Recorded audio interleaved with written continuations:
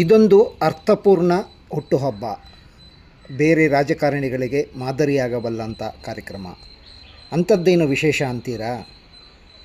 ಶಾಲಾ ಶಿಕ್ಷಣ ಮತ್ತು ಸಾಕ್ಷರತಾ ಇಲಾಖೆಯ ಸಚಿವ ಎಸ್ ಮಧು ಬಂಗಾರಪ್ಪ ಅವರ ಹುಟ್ಟುಹಬ್ಬದ ಅಂಗವಾಗಿ ಸ್ಕೌಟ್ಸ್ ಆ್ಯಂಡ್ ಗೈಡ್ಸ್ನ ಸಭಾಂಗಣದಲ್ಲಿ ಪ್ರತಿಭಾನ್ವಿತ ವಿದ್ಯಾರ್ಥಿಗಳು ಪೌರ ಕಾರ್ಮಿಕರಿಗೆ ಗೌರವ ಪುರಸ್ಕಾರ ಕಾರ್ಯಕ್ರಮವನ್ನು ಹಮ್ಮಿಕೊಳ್ಳುವುದರ ಜೊತೆಗೆ ತಮ್ಮ ಹುಟ್ಟುಹಬ್ಬವನ್ನು ಕೂಡ ಮಧು ಬಂಗಾರಪ್ಪನವರು ಅರ್ಥಪೂರ್ಣವಾಗಿ ಆಚರಿಸಿಕೊಂಡರು.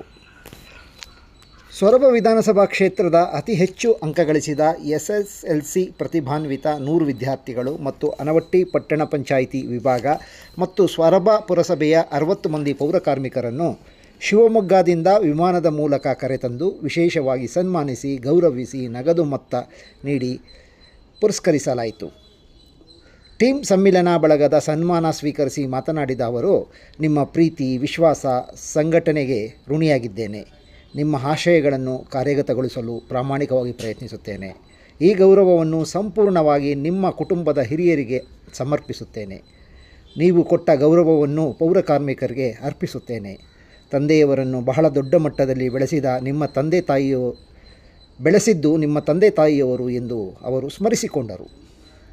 ಬಂಗಾರಪ್ಪನವರನ್ನು ಬೆಳೆಸಿದ, ನಮ್ಮನ್ನು ಆಶೀರ್ವಾದ ಮಾಡಿ ಈ ಮಟ್ಟಕ್ಕೆ ಬೆಳೆಸಿದ ಅನೇಕ ಹಿರಿಯರನ್ನು ಕಳೆದ ವರ್ಷ ವಿಮಾನದ ಮೂಲಕ ಕರೆತರುವ ಕೆಲಸ ಮಾಡಿದೆ. ಶಿಕ್ಷಣ ಸಚಿವನಾಗಿ ನಾನು ಹೆಚ್ಚು ವಿದ್ಯಾರ್ಹತೆ ಹೊಂದಿಲ್ಲ, ಆದರೂ ಸಾಕಷ್ಟು ಅನುಭವವನ್ನು ಜೀವನದಿಂದ ಕಲಿತಿದ್ದೇನೆ ಎಂದು ಅವರು ಹೇಳಿದರು. ಕರ್ಕೊಂಡ್ಬಂದು ಇಲ್ಲೆಲ್ಲ ಬಂದು 2 ದಿವಸ 1 ದಿವಸ ಇದ್ದು ಮಾರನೇ ದಿವಸ ಹೋದ್ರು, ನಿಮಗೆಲ್ಲ ಗೊತ್ತಿದೆ. ಮತ್ತು ಈ ವರ್ಷವೂ ಕೂಡ ಅದೇ ರೀತಿ ನಾವು ಯಾಕೆ ಇದನ್ನು ಹೇಳ್ತಾ ಇದ್ದೀವಿ ಅಂದರೆ, ಮಕ್ಕಳಿಗೆ ಗೊತ್ತಾಗಬೇಕು. ನಿಮ್ಮ ತಂದೆ ತಾಯಿಯವರನ್ನ, ನನ್ನನ್ನು, ನಮ್ಮ ಅಪ್ಪವ್ರನ್ನ ಆಶೀರ್ವಾದ ಮಾಡಿ ಇಲ್ಲಿ ನಿಲ್ಲಿಸಿದ್ದಾರೆ, ನೆನಪಿಟ್ಕೊಳ್ಳಿ. ಅದಕ್ಕೆ ನಾನು ಶಿಕ್ಷಣ ಸಚಿವನ ಆಗೋದಕ್ಕೆ ನಿಮ್ಮ ತಂದೆ ತಾಯಿಯವರು ನಮ್ಮ ಸೊರಬ ಕ್ಷೇತ್ರದ ಜನರು ಕಾಡಾದಾಗ ಅದನ್ನು ನಾನು ಯಾವತ್ತೂ ಕೂಡ ಮರಿಬಾರ್ದು. ಅದಕ್ಕೆ ಮತ್ತೆ ಆ ಪ್ರೀತಿ ವಿಶ್ವಾಸವನ್ನು, ನಿಮಗೆ ಗೌರವವನ್ನು ಮತ್ತು ಹೆಮ್ಮೆ, ಒಬ್ಬ ಶಿಕ್ಷಣ ಸಚಿವನಾಗಿ 98, 99 ತಗೊಳ್ತಕ್ಕಂಥ ಸರ್ಕಾರಿ ಶಾಲೆಯಲ್ಲಿ ಓದಿ ಇವತ್ತು ಸಾಧನೆಯನ್ನು ಮಾಡ್ತಾ ಇದ್ದೀರಲ್ಲ, ನಿಜವಾಗ್ಲೂ ಇವತ್ತು ನಾನು ಎಲ್ಲ ಸೊರಬ ಕ್ಷೇತ್ರ, ಶಿವಮೊಗ್ಗದಿಂದ ಎಲ್ಲ ಗುರುಗಳ ಪರವಾಗಿ ನಿಮಗೆ ಧನ್ಯವಾದಗಳನ್ನು ಕೃತಜ್ಞರು. ಯಾಕಂದರೆ ನೀವು ಭಾರಿ ಸಾಧಕರು. ನಿಮ್ಮ ತಂದೆ ತಾಯಿಯವರು, ನೀವು ನಮ್ಮ ಹೊಟ್ಟೆ ಹುಟ್ಟಿ ನಾವು ಪುಣ್ಯ ಮಾಡಿದ್ದೀವಿ ಅಂತೇಳಿ ಅವ್ರು ಅಂದ್ಕೊಳ್ತಾ ಇರ್ತಾರೆ. ಇದು ಭಾಳ ದೊಡ್ಡ ಮಟ್ಟದಲ್ಲಿ ಬೆಳಿಬೇಕು, ಅದನ್ನು ಹೋಗ್ಬೇಕು. ನಿಮಗೆಲ್ಲ ಇಷ್ಟ ಹೇಳೋದು, ನಾನು ಜಾಸ್ತಿ ಭಾಷಣ ನಿಮಗೆ ಮಾಡೋದಕ್ಕೆ ಹೋಗೋದಿಲ್ಲ, ಯಾಕೆಂದರೆ ನೀವೆಲ್ಲ ಭಾಳ ಬುದ್ಧಿವಂತರಾಗಿದ್ದೀರಿ. ನಾನು ಅದಕ್ಕೆ ಫಸ್ಟ್ ಹೇಳಿದೆ, ನನ್ನ ಇತಿಹಾಸದಲ್ಲಿ ಎಲ್ಲ ಹಾಕಿದ್ರೆ ನೀವು ಎಕ್ಸಾಮ್ದು ನಾನು 98 ಅಲ್ಲ, ಮೋಸ್ಟ್ಲಿ ಜಸ್ಟ್ ಪಾಸ್ ಆಗೋದೇ ಕಷ್ಟ ಇರಬೇಕು, ಆ ಲೆವೆಲಿಗೆ ಇದ್ದೀನಿ. ನೀವೆಲ್ಲ ಭಾಳ ಹೈ ಲೆವೆಲಲ್ಲಿ ಇದ್ದೀರಿ. ಅದಕ್ಕೆ ನೀವೆಲ್ಲ ಪುಣ್ಯ ಮಾಡಿದ್ದೀರಿ. ನಿಮಗೆ ಇಷ್ಟೇ ಹೇಳೋದು, ಸ್ಕೈ ಇಸ್ ದ ಲಿಮಿಟ್. ನಿಮಗೆ ಲಿಮಿಟ್ ಇರೋಲ್ಲ, ಓದೋದಕ್ಕೆ ಲಿಮಿಟ್ ಇರೋಲ್ಲ. ನಮ್ಮಂಥ ರಾಜಕಾರಣಿಗಳಿಗೆ ನಾವು ರಾಜಕಾರಣ ಮಾಡ್ಬೇಕಾದ್ರೆ ನಾ ಬೇಡ ಅಂತೀನಿ ಜಾತಿ, ಬಟ್ ಹಿಂದೆ ಬರ್ತದೆ. ಧರ್ಮ ಬೇಡ ಅಂತೀನಿ, ಹಿಂದೆ ಬರ್ತದೆ. ಯಾಕೆಂದ್ರೆ ಅದನ್ನೆಲ್ಲ ಕಟ್ಕೊಂಡ್ಬಿಟ್ಟಿದ್ದೀವಿ ನಾವು. ಅದು ಹೆಂಗೆ ಬಂತು ಏನು ನಾನೇನು ಹೇಳೋದಕ್ಕೆ ಹೋಗೋದಿಲ್ಲ. ಆದರೆ ಒಂದು ರಾಜ್ಯಕ್ಕೂ ಒಂದು ಬೌಂಡ್ರಿ ಇರುತ್ತೆ, ಒಂದು ಕ್ಷೇತ್ರಕ್ಕೆ ಒಂದು ಬೌಂಡ್ರಿ ಇರುತ್ತೆ, ಡಿಸ್ಟ್ರಿಕ್ಟಿಗೆ ಬೌಂಡ್ರಿ ಇರುತ್ತೆ, ದೇಶಕ್ಕೆ ಒಂದು ಬೌಂಡ್ರಿ ಇರ್ತದೆ, ಭಾಷೆಗೂ ಕೂಡ ಹೆಚ್ಚು ಕಮ್ಮಿ ಒಂದು ಲಿಮಿಟ್ ಇರ್ತದೆ.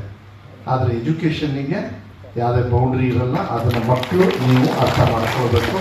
ನಾನು ಶಿಕ್ಷಣ ಸಚಿವನಾಗಿ ನಾನು ಓದದೆ ಕಲ್ತಿರೋದು ಏನು ಅಂದರೆ 3 ವರ್ಷದೊಳಗೆ ಇದೆ, ಶಿಕ್ಷಣವನ್ನು ಕೊಡಬೇಕು ಅಂತ. ನಮ್ಮ ಪೌರ ಕಾರ್ಮಿಕರು ಬಿಡ್ರಿ, ನಾನಂತ ಹೇಳೋದಕ್ಕೆ ಹೋಗೋದಿಲ್ಲ. ನಾನು ಏನು ನಿಮ್ಮ ಬಗ್ಗೆ ಏನು ಹೇಳೋದಕ್ಕಾಗಲ್ಲ. ನಾವು ನೀವೆಲ್ಲ ಒಂದೇ. ನೀವು ಹಾಕೋ ಮತನೂ ಕೂಡ, ಪ್ರೆಸಿಡೆಂಟ್ ಹಾಕೋನು ಮತ ಒಂದೇ. ನಾನು ಏರೋಪ್ಲೇನ್ ಹತ್ತಿದ್ದೀನಿ ಅಂದರೆ ನೀವು ಹತ್ತಲೇಬೇಕು ಇವತ್ತು. ಅದೇ ಆ ರೀತಿಯಲ್ಲಿ ತರಬೇಕು, ಸಮಾನತೆಯನ್ನು ಬರಬೇಕು. ನಾನು ಹೆಚ್ಚು ಮಾತಾಡಿ ಬೇರೆ ರೀತಿಗೆ ಹೋಗೋದಿಲ್ಲ, ನಾವು ಹಂಗೆ ಹೇಳೋದಕ್ಕೆ ಹೋಗಲ್ಲ. ನೀವು ಇಲ್ಲಿ ಬರ್ಬೇಕು. ನಾನು ಅಲ್ಲೇ ಕೊಟ್ಟು ನಿಮಗೆ ಒಂದು ಹಾರ ಹಾಕಿ ಮಾಡಿಬಿಡ್ಬೋದಾಗಿತ್ತು, ನನಗೆ ಅದು ಮಾಡಲಿಲ್ಲ. ಇಲ್ಲ, ನೀವಿಲ್ಲಿ ಬರಬೇಕು, ಬೆಂಗಳೂರಲ್ಲೇ ನಿಮಗೆ ಸನ್ಮಾನ ಮಾಡಬೇಕು. ಈಗ ನೀವೇ ತಂದೆ ನನಗೆ ಬೆಂಗಳೂರಿಗೆ ಕಳಿಸಿದ್ದು, ನಿಮ್ಮ ತಂದೆ ತಾಯಿಯವರು, ನಿಮ್ಮ ಅಪ್ಪವರು ಎಲ್ಲರೂ ಸೇರಿ ನನಗೆ ಬೆಂಗಳೂರಿಗೆ ಕಳಿಸಿರಿ ಅಂದರೆ ನಾನು ಸೊರಬದಲ್ಲಿ ಮಾಡಬೇಡ, ನಿಮಗೆ ಇಲ್ಲಿ ಕರ್ಸ್ಕೊಂಡು ಬರಬೇಕು ಅಂತೇಳಿ ನಾನು ಆಸೆಯಿಂದ ಮಾಡಿದ್ದೀನಿ. ಮತ್ತು ದಯವಿಟ್ಟು ಕ್ಷಮಿಸ್ಬೇಕು, ಯಾಕೆಂದರೆ ಬೆಳಗ್ಗೆ ಒಂದಿಷ್ಟು ಜನರು ಟ್ರೈನಲ್ಲಿ ಬಂದರು ಮಕ್ಕಳು. ದಯವಿಟ್ಟು ನನಗೆ, ಯಾಕೆಂದರೆ ಫುಲ್ ಆಗಿಬಿಡುತ್ತೆ ಫ್ಲೈಟಲ್ಲಿ ಇನ್ನೂ ಹೋಗಿಲ್ಲ ಮಕ್ಕಳು ತಂದೆ ತಾಯಿ. ನಾನು ಅವತ್ತು ಬರೋಕ್ಕಾಗಲ್ಲ, ನಾನು ಪ್ರಯತ್ನ ಪಡ್ತೀನಿ, ನಾನು ನಿಮ್ಮ ಜೊತೆ ಬರೋಕ್ಕಾಗಲ್ಲ. ಯಾಕೆಂದರೆ ನನಗೆ ಬಜೆಟ್ ಸೆಷನ್ ನಡೀತಾ ಇದೆ. ಬಟ್ ನಿಮ್ಮನ್ನು ಭೇಟಿ ಮಾಡ್ತಕ್ಕಂಥ ವ್ಯವಸ್ಥೆಯನ್ನು ನಾನು, ಬೆಳಗ್ಗೆ ನೀವೆಲ್ಲ ನಮ್ಮ ಮನೆಗೆ ತಿಂಡಿಗೆ ಬರಬೇಕು. ಯಾಕೆಂದರೆ ನಾಳೆ ನಿಮ್ಮ ತಿಂಡಿ ಮುಗಿಸಿ ನಾನು ಈಗ ಮೈಸೂರಲ್ಲಿ ಕಾರ್ಯಕ್ರಮ ಇದೆ, ನಾನು ಹೋಗಲೇಬೇಕು. ನಾನು ಮುಂಚೆ ಆಗಿದ್ರೆ ಈಸಿ, ಎರಡೇ ಬಹಳ ಈಸಿ ಕೆಲಸ ಏಕಂತಪ್ಪ. ಒಂದು ಫೇಲ್ ಆಗಿಬಿಟ್ರೆ ಸ್ವರ್ಗದಲ್ಲೇ ಇರ್ತೀವಿ ಹೋರಾಟ ಮಾಡ್ಕೊಂಡು. ನಾವು MLA ಆದ್ರೆ ಅಲ್ಲಿ ಎಲ್ಲ ಓಡಾಡ್ತಿದ್ದಾರೆ. ಈ ಮಿನಿಸ್ಟರ್ ಮಾಡಿದ ತಕ್ಷಣ ಪಾಪ ನಿಮ್ಮ ಕೈಗೆ ಸಿಗೋದು ಕಷ್ಟ. ಎಷ್ಟೋ ಒಂದು ಪಾಪ ನಿಜವಾಗ್ಲೂ ಎಲ್ಲ ನಮ್ಮ ಟೀಮ್ ಮಿಲನ, ನಿಮಗೆಲ್ಲರಿಗೂ ಕೂಡ ಧನ್ಯವಾದ. ನಮ್ಮ ಮನೇಲೇ ಇದ್ದೀನಿ, ಅವ್ರನ್ನ ಭೇಟಿ ಮಾಡಲ್ಲ ನಾನು, ಹೇಳಲಿಕ್ಕೆ ಇಷ್ಟಪಡ್ತೀನಿ. ನಾವೆಲ್ಲ ಭೇಟಿ ಮಾಡಿ ಮಾತಾಡೋಣ, ಇಷ್ಟಕ್ಕೆ ಅದು ಮುಗಿಯೋದಿಲ್ಲ. ಆದರೆ ಇವತ್ತು ಭಾಳ ಸಮಯ ಆಗಿದೆ. ಇವತ್ತು ನಾನು ಆ್ಯಕ್ಚುಲಿ ಏನೇ ಭಾಷಣ ಗಿಷ್ಟ ಅವ್ರ ಕೈಲೆಲ್ಲ ಮಾಡ್ಸೋಣ, ಯಾಕೆಂದರೆ ಅವರು ಟಿವಿಗಿವಿ ವೆಂಕಟೇಶ್ ಅವರು ಬಂದಿದ್ದಾರೆ, ನಮ್ಮ ಶಿವಮೊಗ್ಗದ ಮುಖಂಡರು ಬಂದಿದ್ದಾರೆ, ಎಲ್ಲ ಸ್ನೇಹಿತರು ನೀವೆಲ್ಲರೂ ಕೂಡ ಬಂದಿದ್ದೀರಿ. ಭಾಳ ದೂರದಿಂದ ಆಗಲಿ, ಒಳ್ಳೇದಾಗಲಿ. ನಾನು ಹೆಚ್ಚು ಮಾತಾಡೋದಕ್ಕೆ ಹೋಗೋದಿಲ್ಲ, ಯಾಕೆಂದರೆ ಈಗ 9 ಅದಕ್ಕಿಲ್ಲ ಅಂದರೆ ರಾತ್ರಿ ಊಟ ಇಟ್ಕೊಂಡು ಮನೆಗೆ ಬರಬೇಕು. ಇದೆಲ್ಲ ನಮಗೆ ಉದಾಹರಣೆ. ನಮಗೆ ಈಗ ನಮ್ಮ ಅಪ್ಪವ್ರು ಇಲ್ಲ, ಹೌದಾ? ಹಂಗೆ ಮಾರ್ಗದರ್ಶಿ ಯಾರಾಗ್ತಾರೆ? ನಿಮ್ಮಂಥವ್ರು ಆಗ್ಬೇಕಲ್ಲ, ಎಲ್ಲ ಹೇಳ್ಕೊಡ್ಬೇಕಾಗಿರ್ತಕ್ಕಂಥ. ನಮ್ಮ ಮದುವೆ ಆಗೋ ದಿವಸ ಅವ್ರ ಪತ್ರ ಬರೆದಿದ್ರು ಎಲ್ಲರಿಗೂ, ನಿಮಗೆಲ್ಲ ಗೊತ್ತಿಲ್ಲ. ನಮ್ಮ ಬಸ್ಸಲ್ಲಿ ಬರಬೇಕು, ನಾವು ಬಸ್ ಮಾಡಿದ್ದೀವಿ. ಬಸ್ಸಲ್ಲಿ ಬಂದು ಎಲ್ಲ ಟ್ರಾವೆಲ್ ಮಾಡ್ತೀವಿ, ಸ್ನಾನ ಒಂದು ಕಡೆಗೆ ಅರೇಂಜ್ ಮಾಡಿರ್ತೀವಿ. ಯಾಕಂದ್ರೆ ಇಲ್ಲಿ ತಿಂಡಿ ಮಾಡಿ ಏನಂತ ಹೇಳಿದ್ರು, ನಮ್ಮನೆ ಗೃಹ ಪ್ರವೇಶ ಅವತ್ತು ನಿಮ್ಮ ಪಾದದ ಧೂಳಿನ ಸ್ಪರ್ಶ ಆದಾಗ ಪವಿತ್ರತೆ ಆಗ್ತದೆ, ನಮ್ಮನೆ ಬರಬೇಕು. ಸೊ ಆ ಕುಡಿಗಳು ನೀವು ಪಾದನ ಇಟ್ಟರೆ ನಮ್ಮ ಮನೆಯಲ್ಲಿ, ನಮ್ಮ ಮನೆ ಪವಿತ್ರ ಆಗುತ್ತೆ, ನಮ್ಮ ತಂದೆಯವ್ರಿಗೂ ಕೂಡ ಶಾಂತಿ ಸಿಗುತ್ತೆ. ನಾವು ಶಾಂತಿ ಅಂದರೆ ಪಾದದ ಧೂಳು ಬಿಟ್ಟು ಹೋದಾಗ ಮಾತ್ರ ಮಧು ಬಂಗಾರಪ್ಪವರಿಗೆ ಶಾಂತಿ ಸಿಗ್ತದೆ, ವಿಶ್ವಾಸ ಸಿಗ್ತದೆ, ಆ ಪ್ರೀತಿ ವಿಶ್ವಾಸ ಉಳಿತದೆ. ಅದು ಇವತ್ತು ಆಗಬೇಕು. ಭಾಳ ಸಂತೋಷ.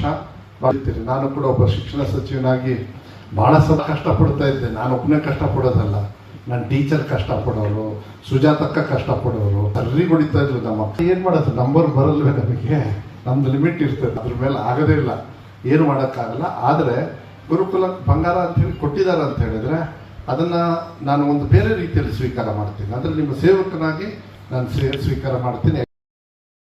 ಕಾರ್ಯಕ್ರಮದ ಸಂಯೋಜಕರಾದ ಪಂಚಾಯತ್ ರಾಜ್ ಇಲಾಖೆ ಅಧಿಕಾರಿ ಏಕಾಂತಪ್ಪ, ವಕೀಲ ಕೇಶವಮೂರ್ತಿ,